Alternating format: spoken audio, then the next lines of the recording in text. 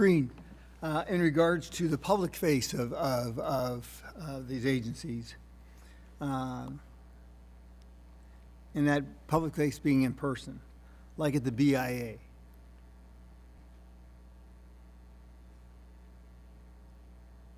Not everybody can just interact with an email or a telework, can they?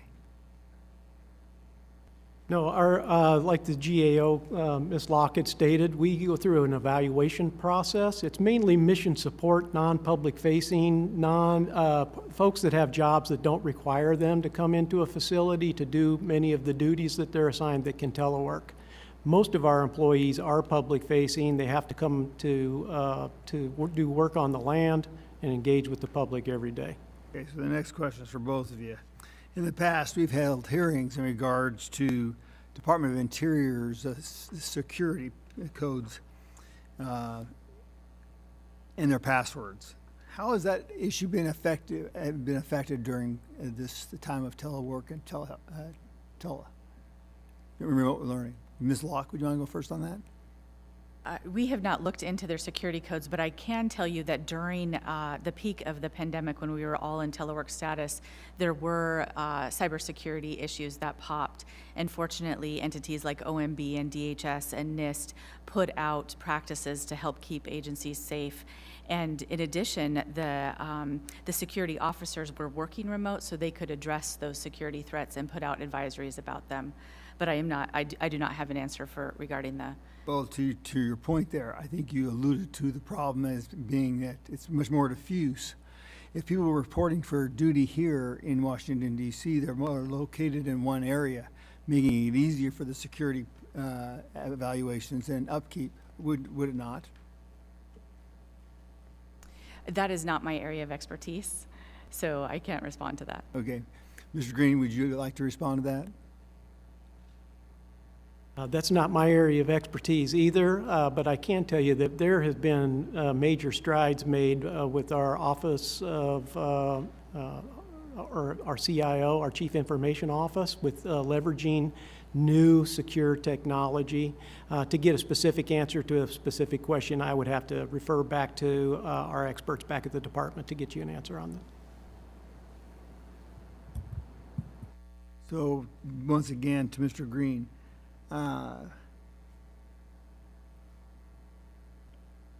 if you're encouraging full-time use, what percentage of DOI is full-time job participation in phase?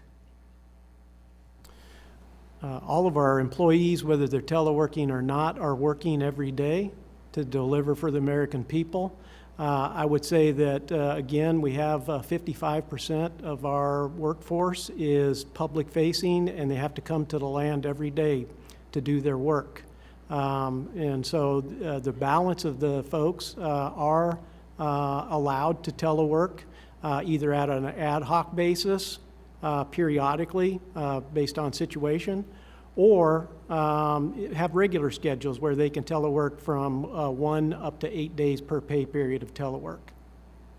So in your evaluation, has there been any area of expertise within DOI that has been shortchanged with this, or that it doesn't like this type of application? Looking at our individual employee performance management system, we're not seeing any individual employee performance issues. And then again, as we evaluate the department on our performance as a whole, we look at our strategic plan, and we're actually seeing increases there, and we're actually seeing better results on our federal employee viewpoint survey around employee engagement, how connected they feel to the mission of the agency, how they could feel connected to each other. These tools are vastly different than what we've had in the past.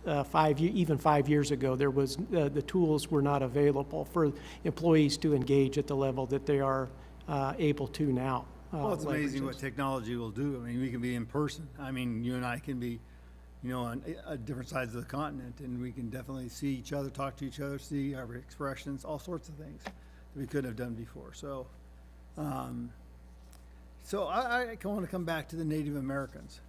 Are there shortcomings in some of this aspect, with Native Americans? I can think of a few, because if you're going out there and you don't have, they don't have internet, it makes it really, really tough to have application in that aspect. Would you agree? Could you kind of comment on those? There's always been challenges where internet is available, but again, I would just have to say a specific circumstance. I'd have to know a little bit more. I could take back and get answer about that, but I would just say that as a whole, even the Bureau of Indian Affairs, they're one of our bureaus that actually has a higher percentage of in-person work than many of our other bureaus. They're up in about the 79, 80% range last I checked on in-person work. So we haven't seen telework as being a challenge related to that, or the technology, because we still do, the vast majority of our work is done in person. Well, I guess once again, you kind of made my point to a certain degree, is that most of your Native Americans or your Indian Affairs folks are in person, because I think they need a lot more help and kind of follow through and guidance in regards to federal registry, right? I think you would see that out in all rural areas, and because we have folks in 2,400 different locations providing service to the American public.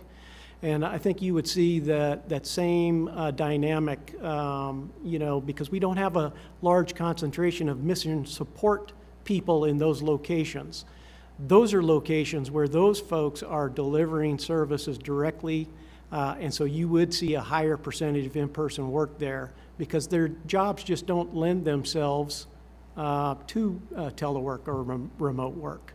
And, even in Alaska, you would see a higher percentage of those as well, and you'd see a better performance or about the same performance. I think in most rural areas you would see that. I can't speak to Alaska specifically as far as that particular data point. I'd have to get that.